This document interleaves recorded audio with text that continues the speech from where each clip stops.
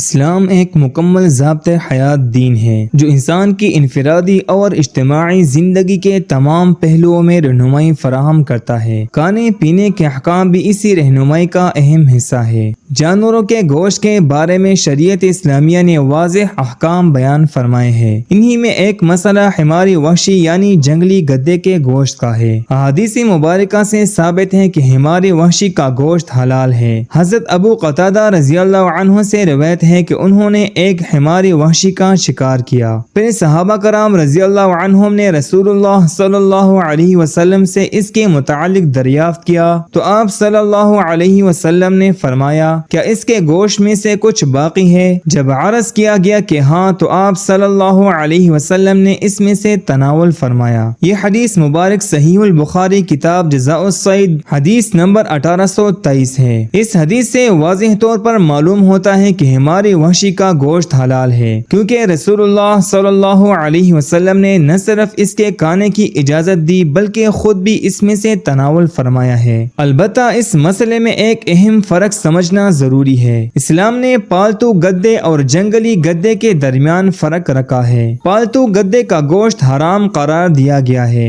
ایک حدیث مبارکہ کا ترجمہ ہے کہ حضرت انس بن مالک رضی اللہ تعالی عنہ سے روایت ہے کہ رسول اللہ صلی اللہ علیہ وسلم کے پاس ایک شخص آیا اور عرض کیا گدھے کھا لیے گئے ہیں، پھر دوسرا آیا اور عرض کیا کہ گدھے ختم ہو گئے ہیں، پھر تیسرا آیا اور یہی عرض کیا۔ رسول اللہ صلی اللہ علیہ وسلم نے ارشاد فرمایا اللہ اور اس کا رسول تمہیں پالتو گدھوں کے گوشت سے منع کرتے ہیں کیونکہ وہ ناپاک ہوتے ہیں۔ یہ سن کر لوگوں نے اپنی ہانڈیاں الٹ دیے، حالانکہ وہ گوشت سے بھرے ہوئے ابل رہے تھے۔ یہ حدیث مبارک صحیح البخاری کتاب المغازی باب غزوہ خیبر حدیث نمبر 4128 ہے۔ یہ کہنا درست نہیں کہ ہر قسم کے گدھے کا گوشت حلال ہے، بلکہ شریعت کے روح سے پالتو گدھا حرام اور جنگلی گدھا حلال ہے۔ فقہائے امت کا بھی اسی پر اتفاق ہے کہ ہماری وحشی مباح اور حلال جانوروں میں شامل ہے۔ یہی وجہ ہے کہ جمہور علماء نے احادیث صحیحہ کے روشنی میں اس کے گوشت کے حلال ہونے کا فتویٰ دیا ہے۔ خلاصہ کلام یہ ہے کہ اسلام نے حلال و حرام کے باب میں نہایت واضح احکام بتا دیے ہیں۔ ان احکام کے مطابق حمار وحشی کا گوشت حلال ہے